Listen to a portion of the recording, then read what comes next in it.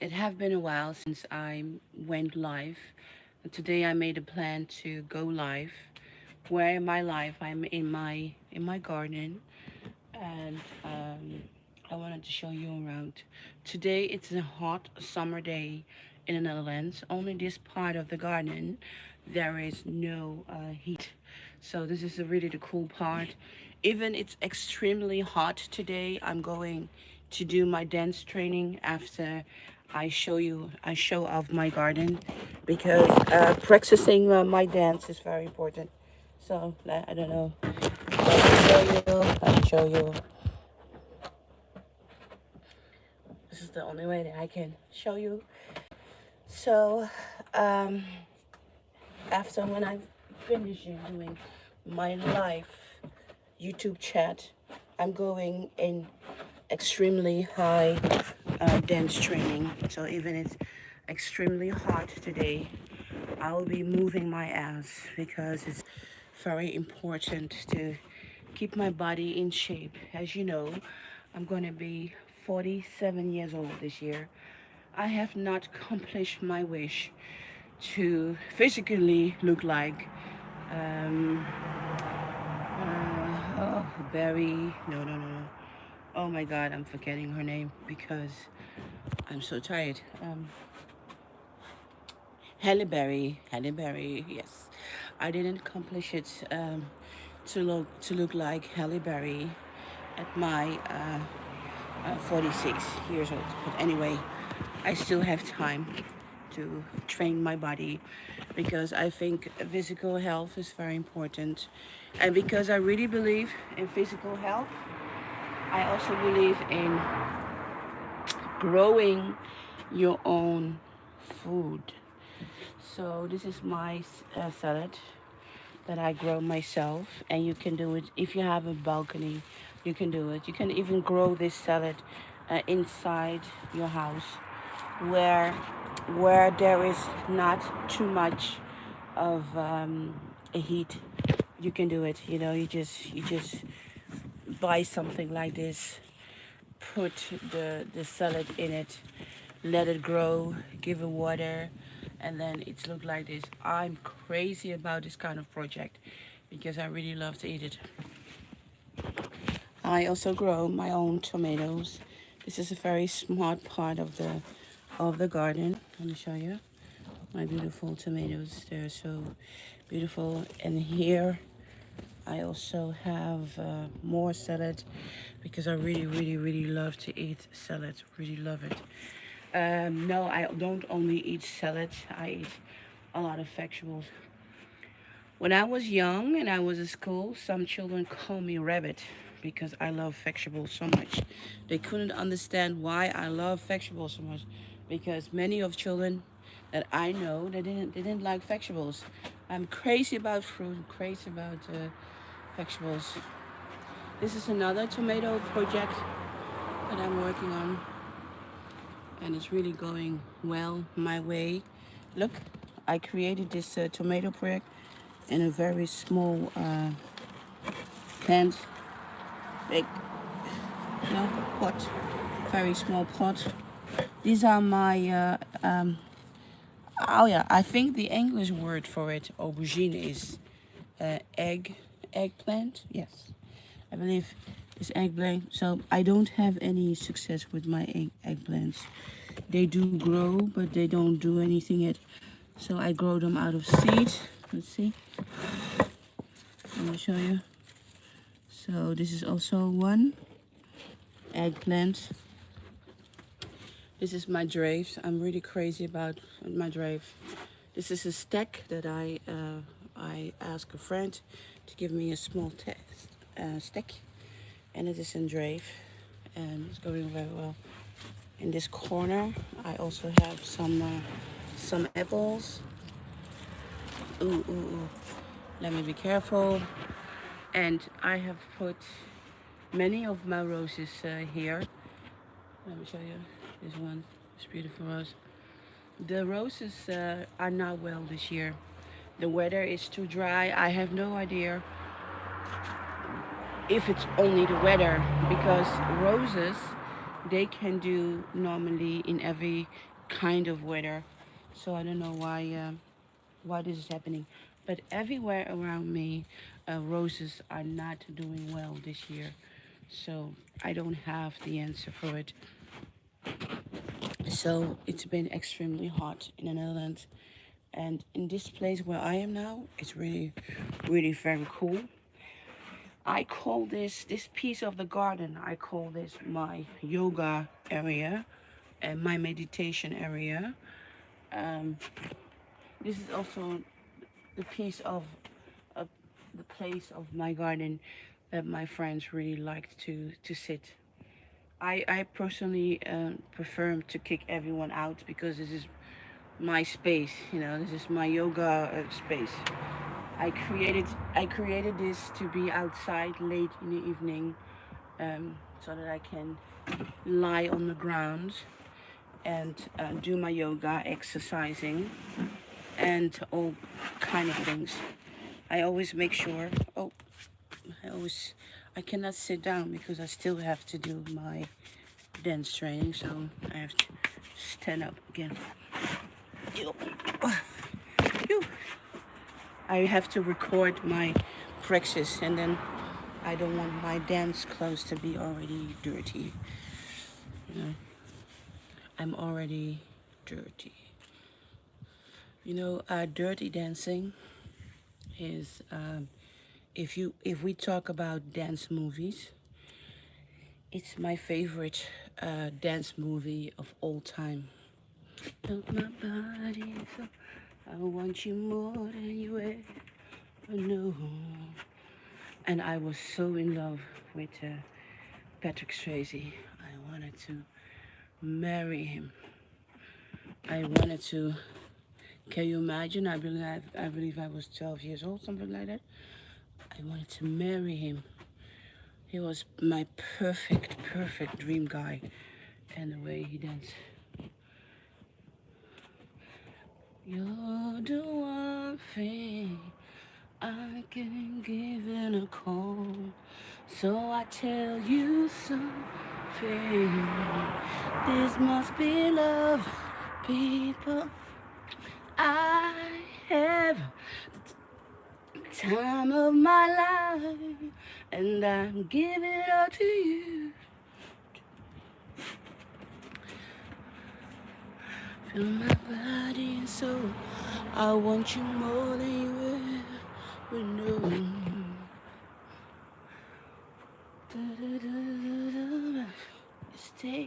Stay with me and I just remember you're the one thing I can give in a call.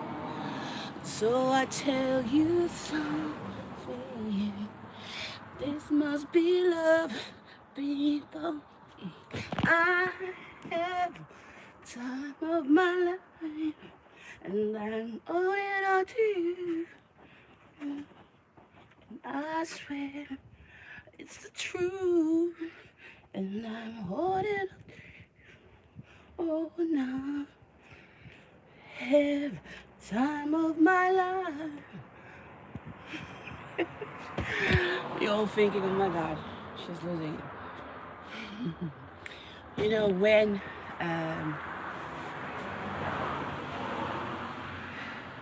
I was kidnapped, my life became different. Different because I was growing up.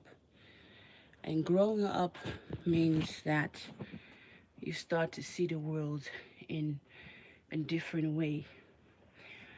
And I knew that when I was kicked to Haiti by my Jackson family and my Ross family, that I will go back to America. It was just a moment in time.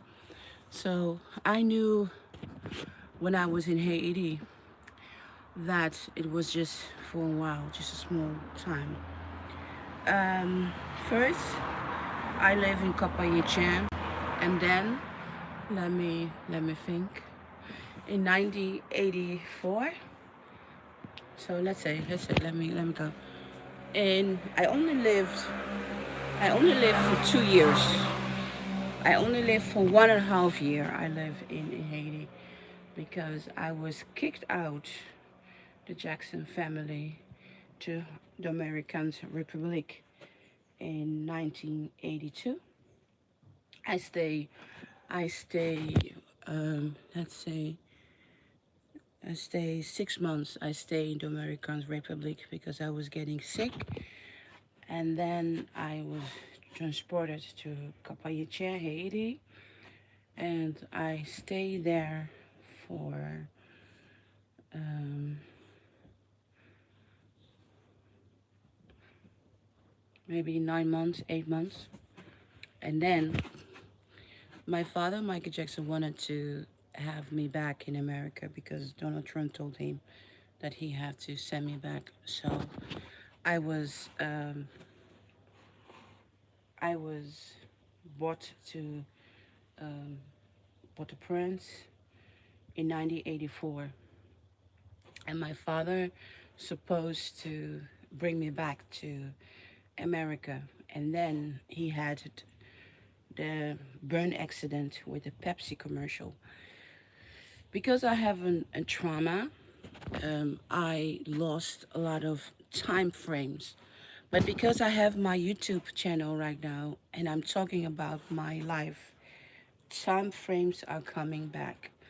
And I have to tell you, I'm a bit scared of what will come back more in my memories. But now, after 38 years, I can make the timeline. I can make the timeline when things happen in my life. And there's one thing that I'm still confused about, but I think that I'm right. I made a calculation that I didn't see my father for 9 months before I was kidnapped. Because I remember being in Port-au-Prince was the most lonelier time in my life. And my father, he called me every day after he had the burning accident. And you know what's so wonderful is about Google these days to me is I'm gonna sit like this, so not on the ground, just on my legs. You know what's so wonderful with Google today, what Google really offered me is that I can make a calculation. So I remember very well that my father had the burning accident in 1984. It was January. I remember that, and I remember talking every day on the phone with my father, and I, it didn't go. It wasn't really good for me. Um, and now I'm trying to remember if my father know that the people that he hired. Wait, I'm seeing something. I have to. I want to show you. Wait, look what I just see. It's fall down. These are tropical fruits. They didn't make it. Let's see. They have all fall down. This they fall down. Let me put the seeds here. Sorry. Oh yeah, no. Look, this one is okay. This one is finished. This is a fruit. It has a lot of vitamin C. It's perfect. Whoa. Wow. Wonderful. Okay, so the plant have dropped them and they are okay. Wow, look. 100% vitamin C. I was thinking, what is this? But my plant have dropped them. They are okay. Okay.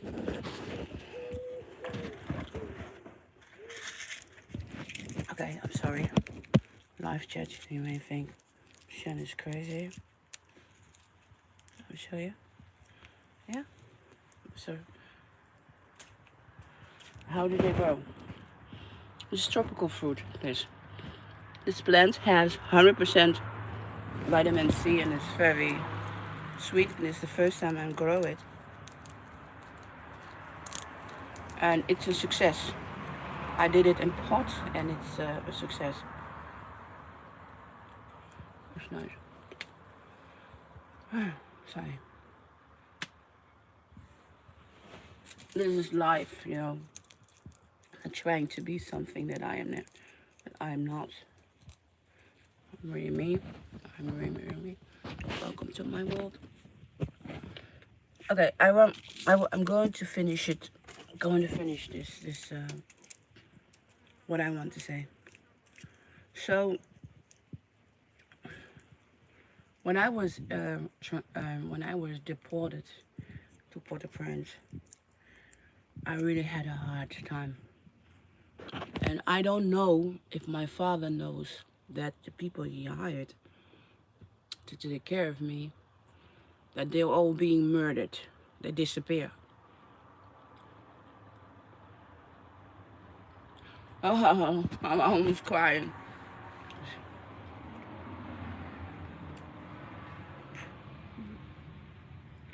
I'm, I'm, I'm almost having an emotional.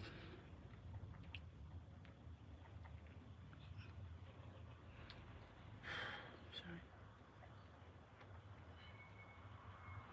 Come to cry.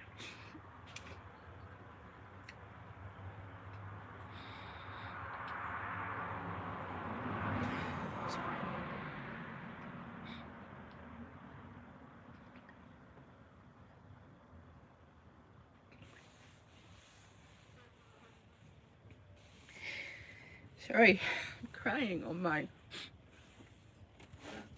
my life.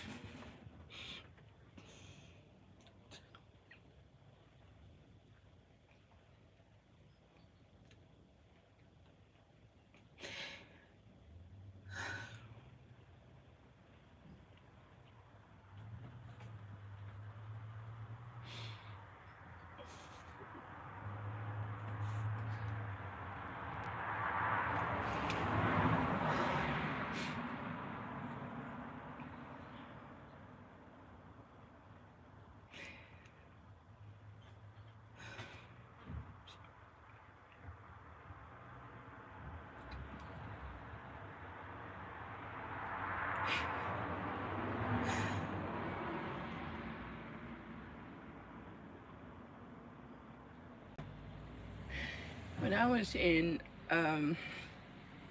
Port-au-Prince,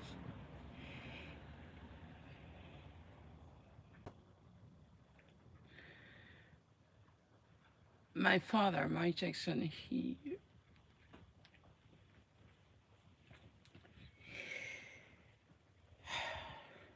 had a burn accident.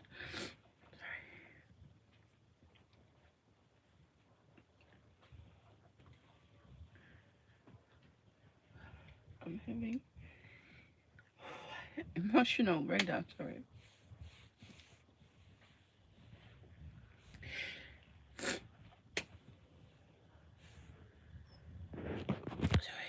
My father had the burn accident, and I was in Port-au-Prince. If I have some water.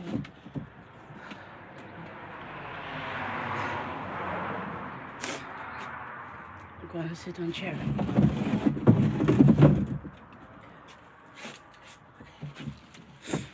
Okay.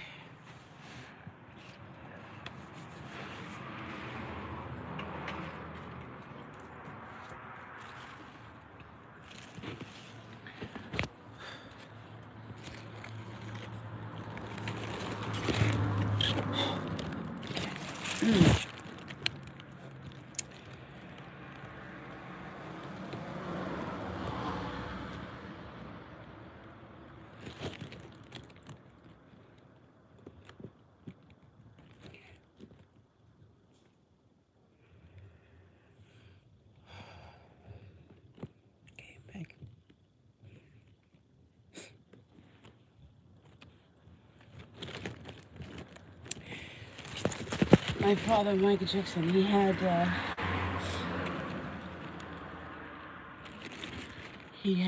the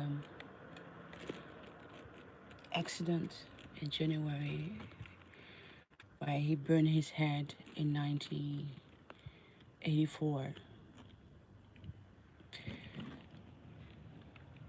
in January, I believe, around end of January. And in February,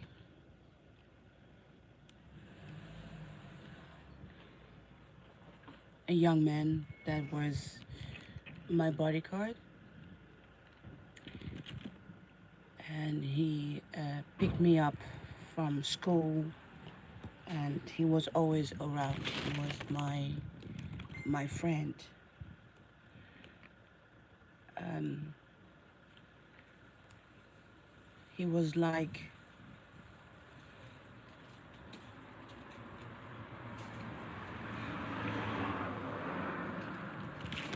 he was like my some kind of my brother, my angel, my protector, and he was always a couple street, a couple not so far away. He always watched me, and I don't even remember if I have write this in my book or that my editor have take it out. I don't know.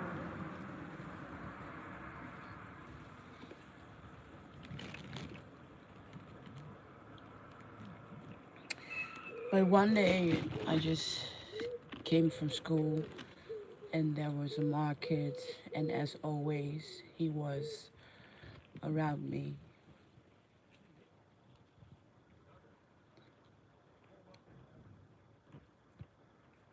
And out of nowhere someone attacked him and stabbed him to death in the middle of the street. And I was just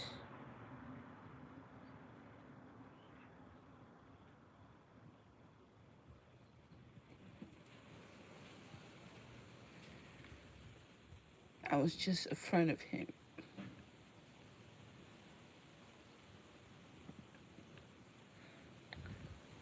And I turned around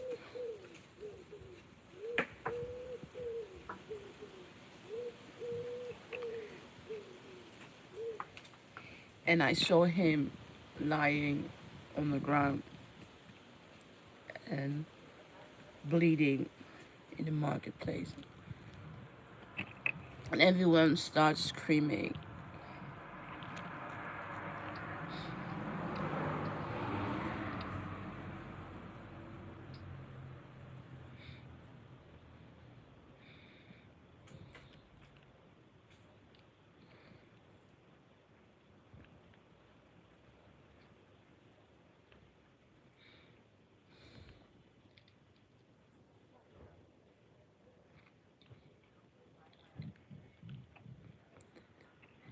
And he's waving at me that I have to move on.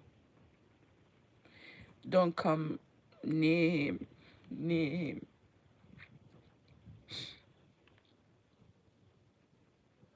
I had to walk away from his body. So I knew that moment there was danger in my life. Something wasn't going to be okay.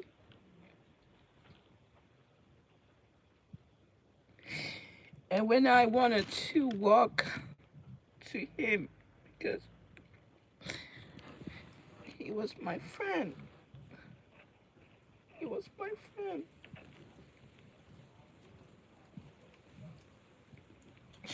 Some really strange black strong man, he just picked me up like I was nothing, hold me and start running with me away from the market.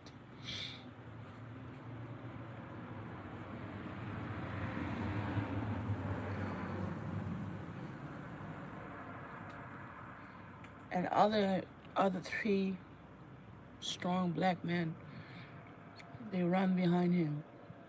They run behind him.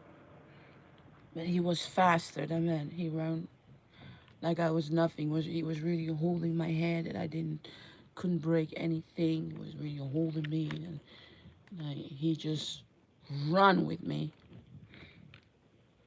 out of the marketplace.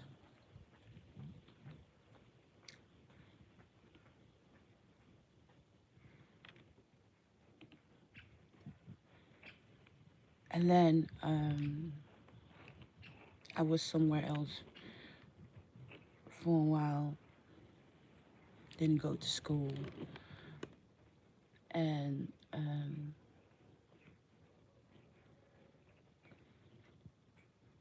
that black man, he later on, 2 days later, after my youngest bodyguard was murdered, um, I went to say goodbye to his body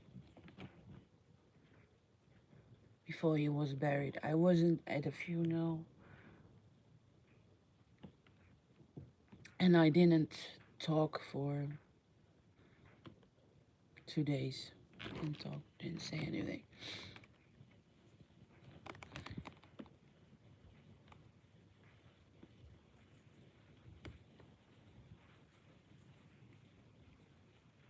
I was at a hotel, and my father called me, Michael Jackson. He said he was sorry that the boy was murdered, but it was political civil war in Haiti, and that it was against Papa Doc and Baby Doc, and that his family was against Baby Doc. Um, so this had nothing to do with me, and I didn't talk to my father. I just pick up the phone and let my father, Michael Jackson, talk to me.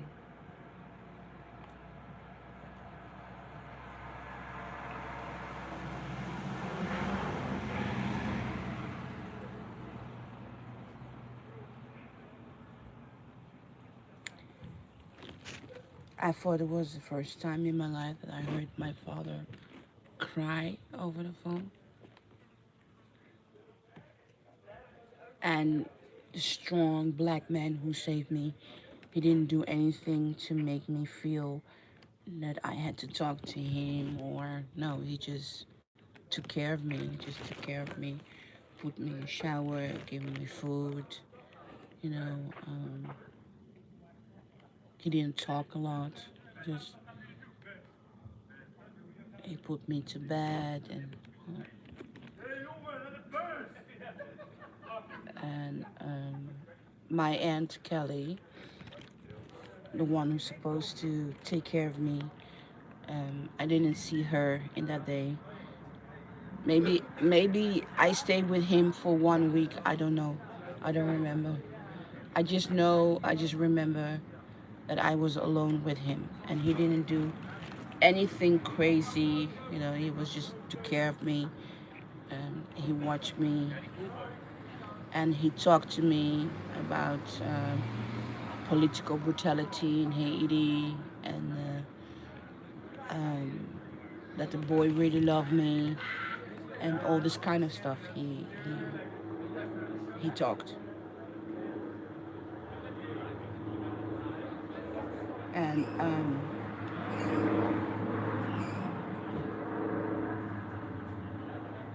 I don't even remember if I have write this in my book. There are things that my book editor has removed from Through the Betrayal. We talk about it. I don't know. I don't think I have write about this part. I think I did write about this part. I think my editor removed it.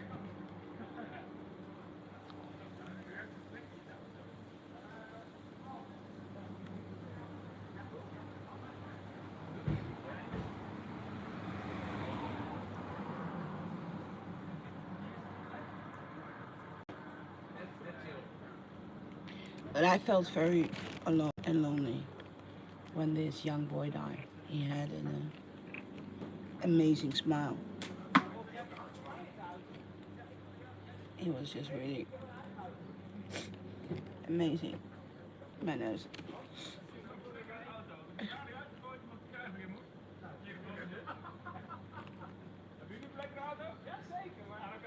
Ja, jullie gingen met z'n tweeën, toch? Nee, ja. Zeker bij. People are getting into their cars. Zeg even dat straf er gewoon bij deze auto bij kan. En zitten er met z'n vijven. They are screaming.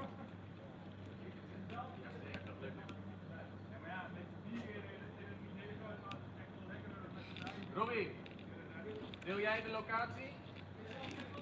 Oh. Screaming.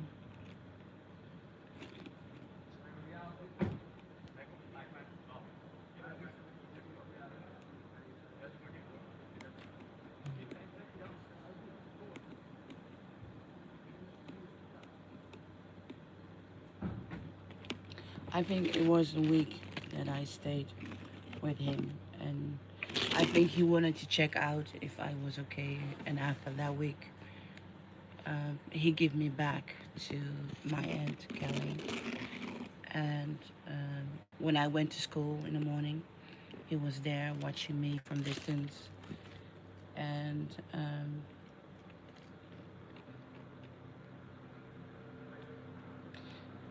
this is the moment that I blame my father, Michael Jackson, that he did not remove me from Haiti.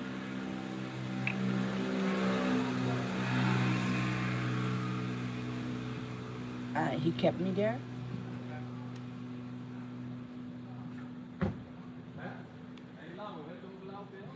I will never understand why he kept me there. But he did.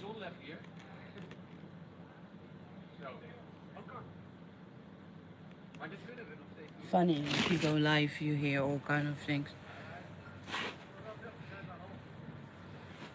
There's no other way for me to move, just sit and wait till they are gone. But it's okay, I can find myself that way for a moment. I'm very sorry that I cried on my live chat. I didn't plan to. And I want to say that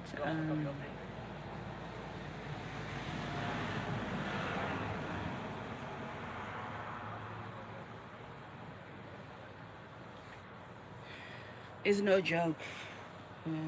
Me saying Michael Jackson is my father. A lot of things happened to me that a child should not supposed to go through.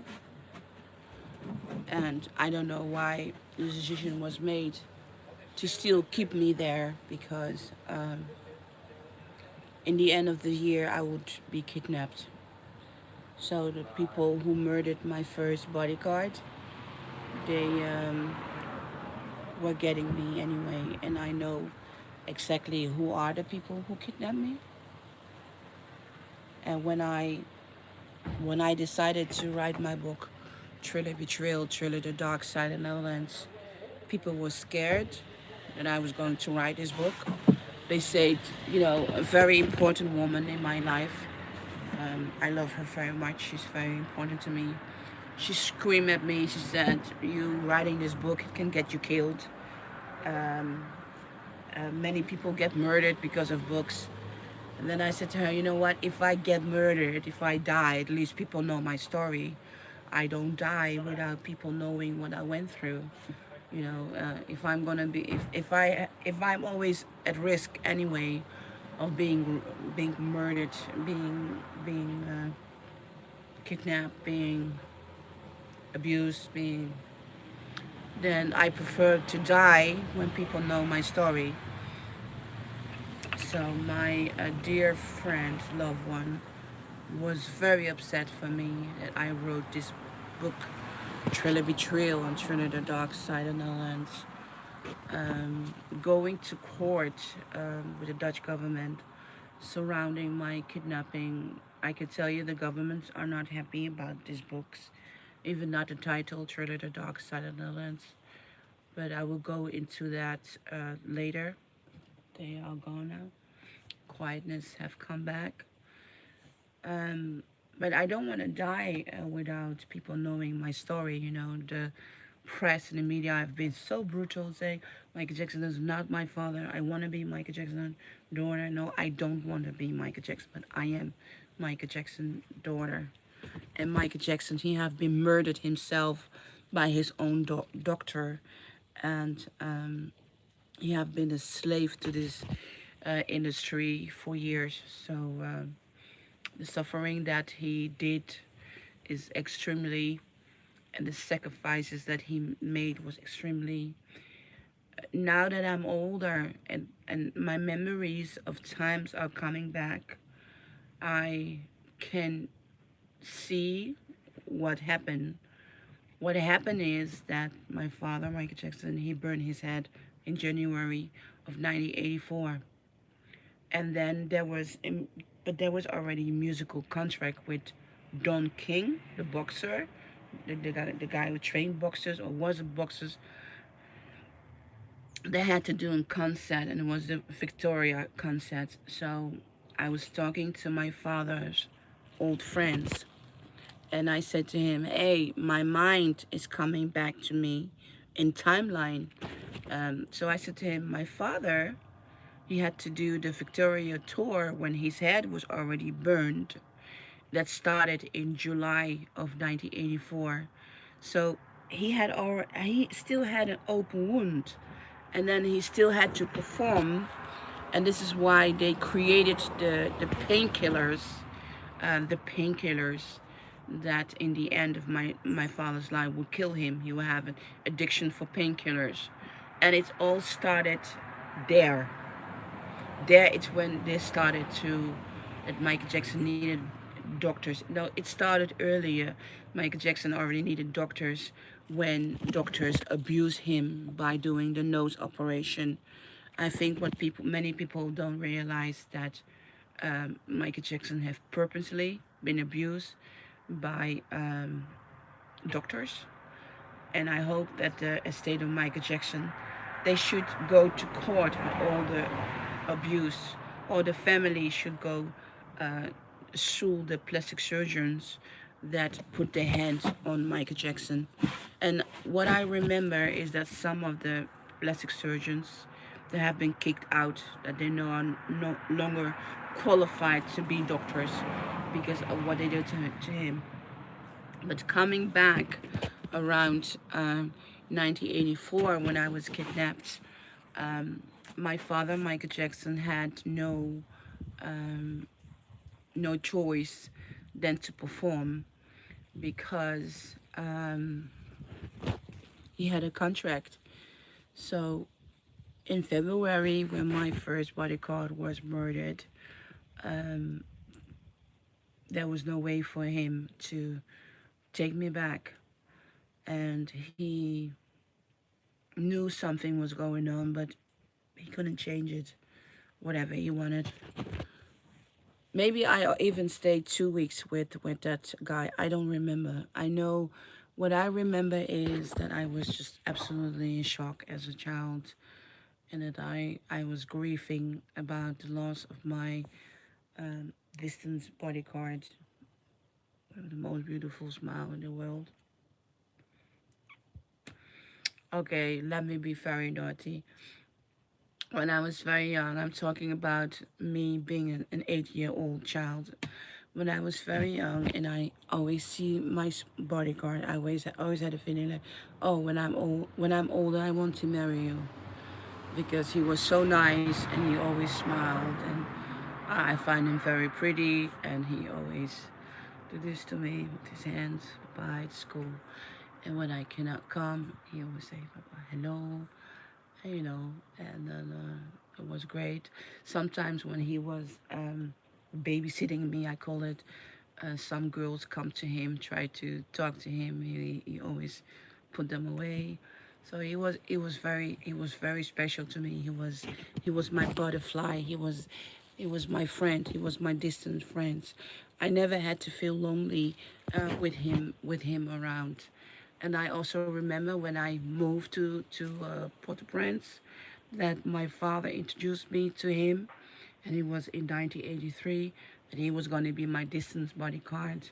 So my father always said, "Don't ask him to care things for you. He's not your dog, whatever." And then I remember that I had to laugh as a child, all the things that I wasn't allowed to ask him. So my father said, "No, he's not gonna buy you ice cream, candy, gum." I was I addiction to the gum all my life, bubble gum. So my father said, "Don't. You cannot ask him. He's only there to help you out, to save you out. But he's not your girlfriend." And I remember really laughing very loud as a child. So the introduction for me and a boy was very special, and yeah, it was very special for me. So um, in the early morning when I go to school, he was there 7 days a week. He was there. So he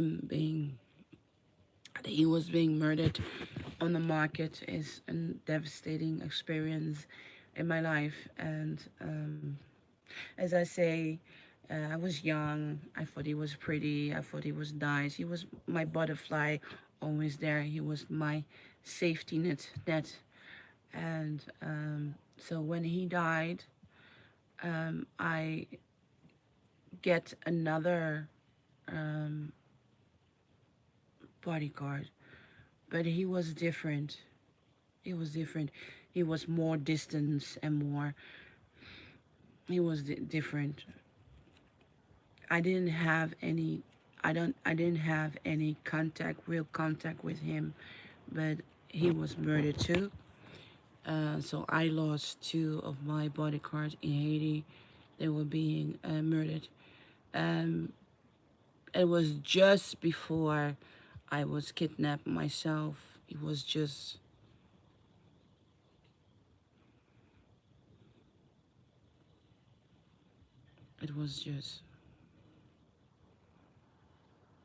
maybe 5 days before I was kidnapped.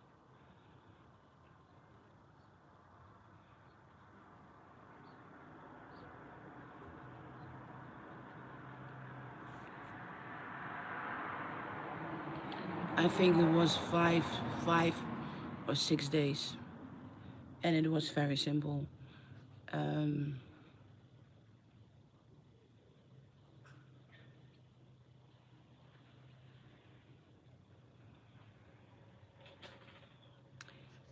One day I came from school.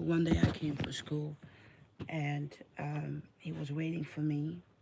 And then just an event, um, event came, and they just throw him in, they just throw him in, and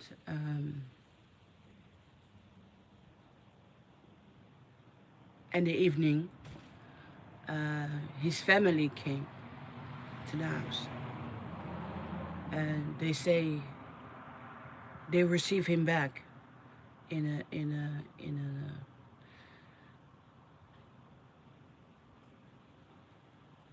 a black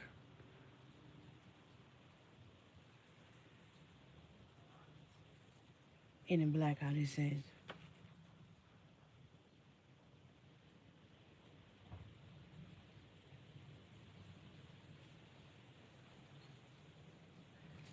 in a black in a black bag, where when people die in Haiti, they put people in a black bag. You can open it with a wrist. You can open it, and they delivered him dead.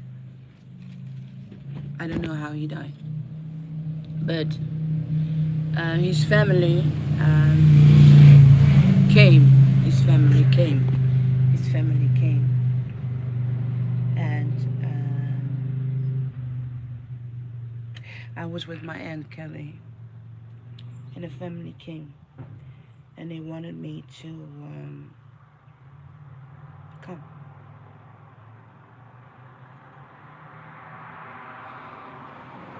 It was evening. I had already run home. I have already run home. I mean, I came for school. It was the end of the afternoon. They throw my bodyguards in a van, drove away with him, and I run and I scream and I was saying, "Ah, they're taking my friend! They're taking my friend! Ah!" And I run home, and my aunt Kelly, she started to be really upset. Thing, um, um, so I said to her, "You need to call the police. You need to call the police. You need to call the police." So I did all the stuff, and my aunt contact family, and then she said, "You're not going home. You're not going out of the door anymore. You stay inside." So I stay inside, and then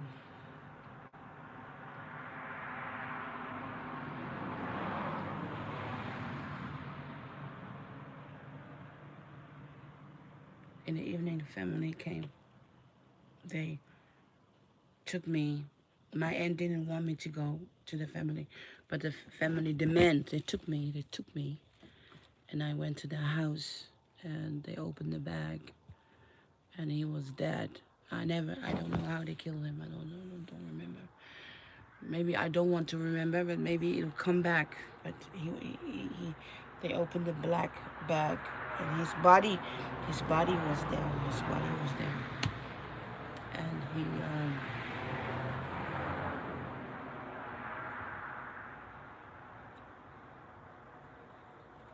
the family didn't even yell at me that it was my fault or whatever. They didn't do all that. They didn't do that. They only cried, and they Catholic family. So I had to do my praise. His mother was very nice. She held me, and so and then and then the other strong black man that was who saved me from the market. He came to the house, and he took my bag. He wanted to take me with him. And then Kelly said, "Not gonna happen. She's mine. I will stay. I will stay there. I was not going to happen." When was that? This was playing off in.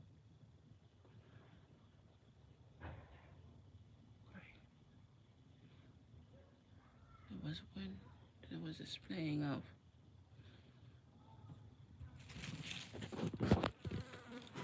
Which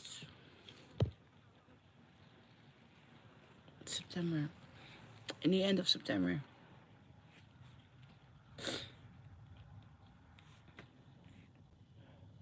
I was kidnapped at around 10 October.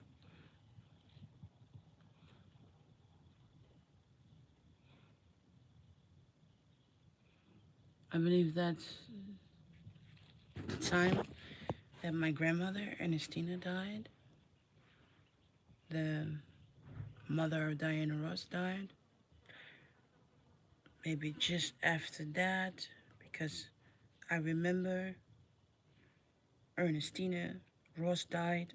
I get the news. Your grandmother have died. Get that. 1984.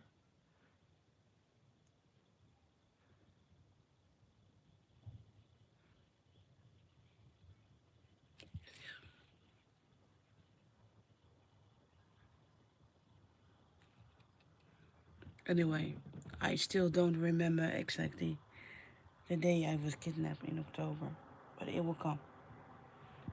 My brains are anyway. So he died in.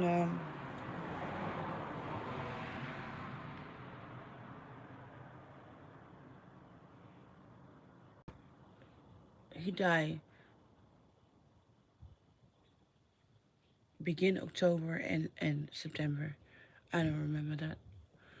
But anyway, um, the strong black man came. He wanted to take me out. So he fight with Kelly, my aunt Kelly, and she didn't let go. And then she said she needed another 5 days, something like that. And within that 5 days, I was kidnapped. So, and I don't know. My head is trying to find a date. Anyway, after my bodyguard died, and I knew my grandmother died. Um, What I don't remember if I knew before that my grandmother Ernestina died. I don't remember that, or it was after that. But anyway, my brains are still working.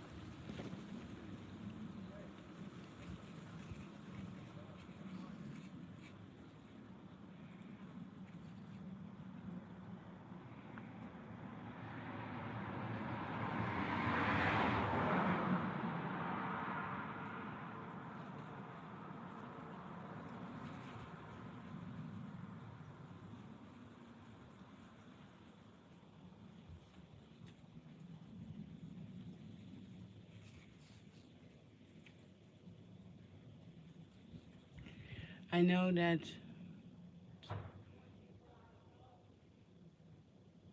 Yeah, I know. I know. What happened?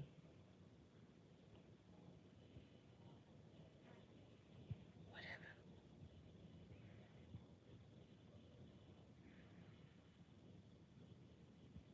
Yeah, I remember that same bodyguard who helped me with yeah, I remember. The same bodyguard that helped me save me from the market. He took me back the evening. Um, I he took me back. So he was when I came back. When I came back, seeing my old bodyguard body, he took me back. A strong black man. He took me back. My aunt was fighting with him, really hurting him. That was the first time that I really felt my Aunt Kelly is a bad woman, this crazy woman. She was throwing things at him. He was even bleeding. I remember he was bleeding, but he didn't even care. He didn't even care. He just took some of my stuff and he just grabbed me and took me. And then he went with me back to the where it was. And then I cried, I was upset. Again, no school. I love school. And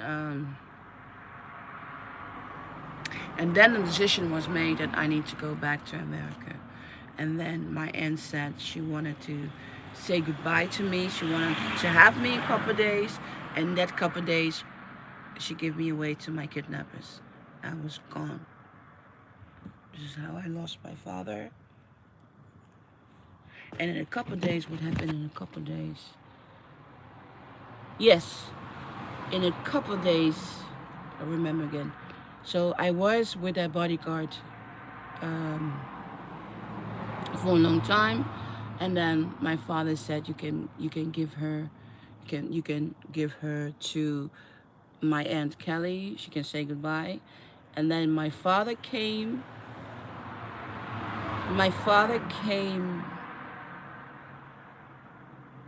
after 9 or 10 months. January, February, March, April, May, June, July, August, September. Yeah, it, September, October, 10 months. In October, my father came after I didn't see him for 9 months, because in January I have seen my father before he had the burning scar. I saw my father, so I didn't see him for 9 months. I only had him on the phone for 9 months. Then I saw him in October. So the second bodyguard was murdered, and I saw my father around October after my grandmother Ernestina died, and he decided that he wanted me back. So before my father came back, I went back to my Aunt Kelly. I went back to school.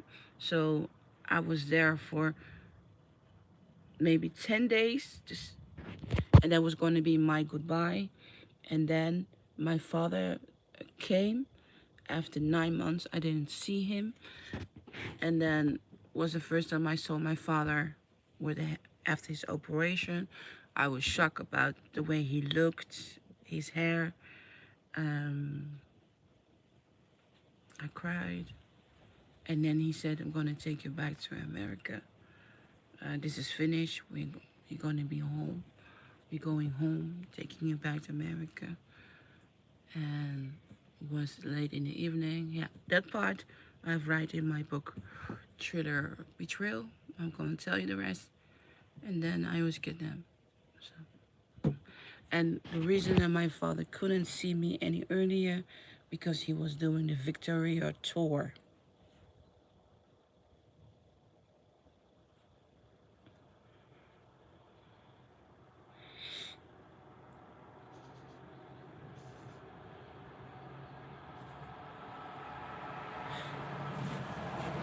Anyway,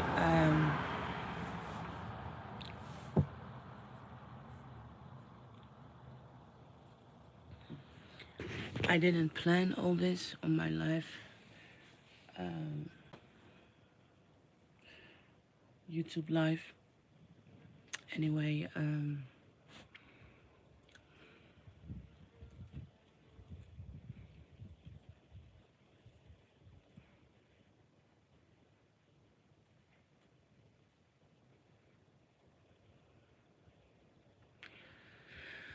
it was Mocienne Petit Jackson. And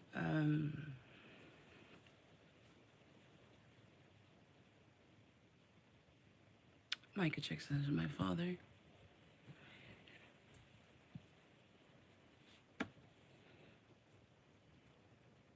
And your brains, they do what they want. As you can see, I don't control this. I don't control this.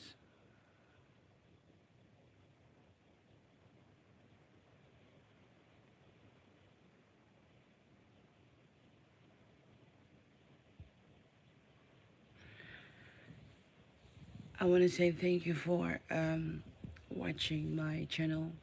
I'm happy right now. I can see nobody's watching. That's really good. I have a private moment that this is happening to me because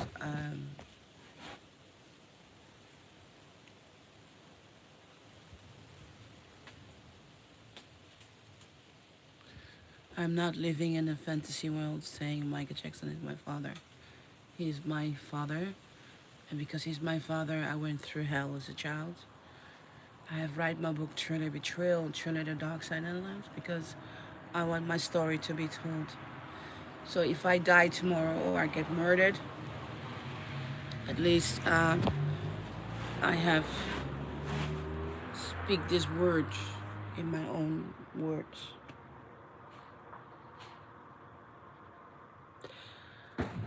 So I'm very sorry for this heavy live chat.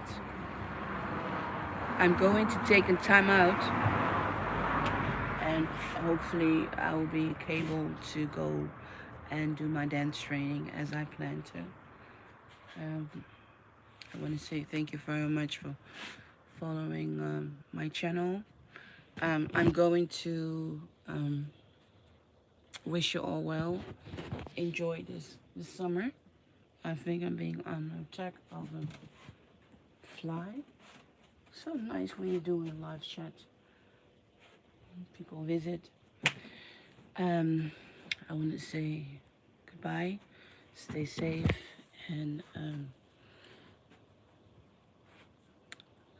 be well. Bye-bye.